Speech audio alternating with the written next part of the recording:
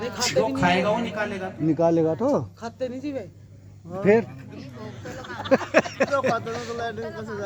मेरा कहने का तात्पर्य आप समझिए। मेरा भाव ये है, उनका भाव चल रहा है, मेरा भाव ये है कि ये भक्ति नहीं है, इसको बोलते हैं मानसिक बीमारी। मानसिक बीमारी है।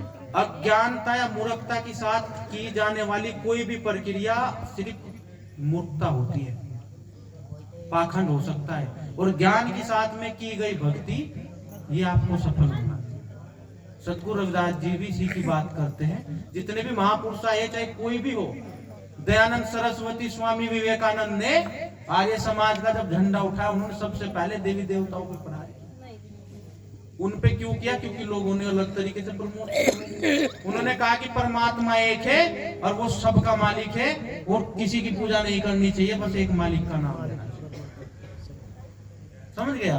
वे भगा रखे किसी ने, तो इसीलिए तो हमें तो संकल्प लेना चाहिए कि हमारे पिता ने कहा, जो उन्होंने कहा कि हरि से हीरा छाड़ के करे आन की आस, ते नरियमपुर जाएंगे सतभाषे रविदास जी कहते हैं कि अगर कोई हरि से हीरा, अगर कोई उसका नाम छोड़कर या अपने पिता को छोड़कर या अपने गुरु को छोड़कर इधर उधर जाएगा, हरि से हीरा छोड़कर करे आन की मतलब दूसरे की आस, ते नर यमपुर जाएंगे, वे यमपुर जाएंगे, उनको कोई भी नहीं बचा सकता।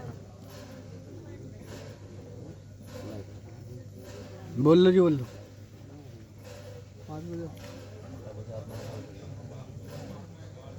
तो देखिए, अभी मैं आपको सिर्फ ये कहना चाहता हूं कि जितने भी यहाँ बैठे हैं, अगर आपने 1 मिनट का सत्संग या कुछ भी समझ में आया, सही समझा रहे जी आप बिल्कुल, तो आप समझिए सत्संग का सार ये है कि जो आप यहाँ सीखते हैं ना, उसका उपयोग अपने जीवन में आपको संसार में करना है। यहाँ नहीं कि ना ढला दी, हाँ जी समझ में आ गया, हाँ जी। जैसे बच्चे ना, बच्चों को पढ़ा रहे स्कूल में, बेटे आ गया, आ छोटी बड़ी छटाओ, ठीक है, अब जाओ भाई बाहर, अब बाहर बेटे सुनाना पाठ अपना, समझिए बात। तो और कहाँ होगा सत्संग का उपयोग? जब तुम्हारे जीवन में दुख आएंगे, तब तुम्हारी पकाई देख के जाएगी, तुम सतगुरु के नाम पे रहोगे, टिक जाओगे।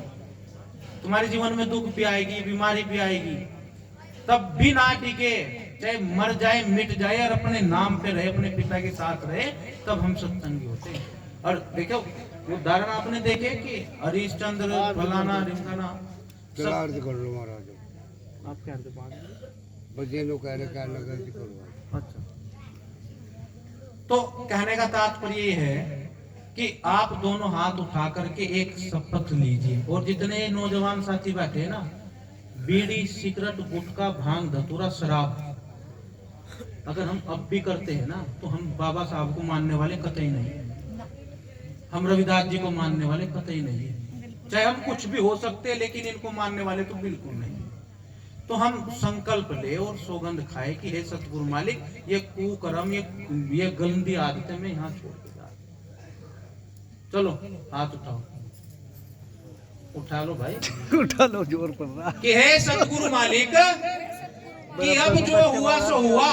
रविदास जी ने कहा ना, बहुत जन्म बिछड़े थे माधो, यही जन्म तुम्हारे लेके, कि चाहे कुछ हो जाए, कि बहुत अब तक भर में लिए, इधर उधर भटक लिए, कि मैं बुरी आदतें तेरे चरणों में गिरता हूँ, और सतगुरु तेरे नाम का झंडा और तेरे ज्ञान का झंडा लेकर समाज में जाऊंगा।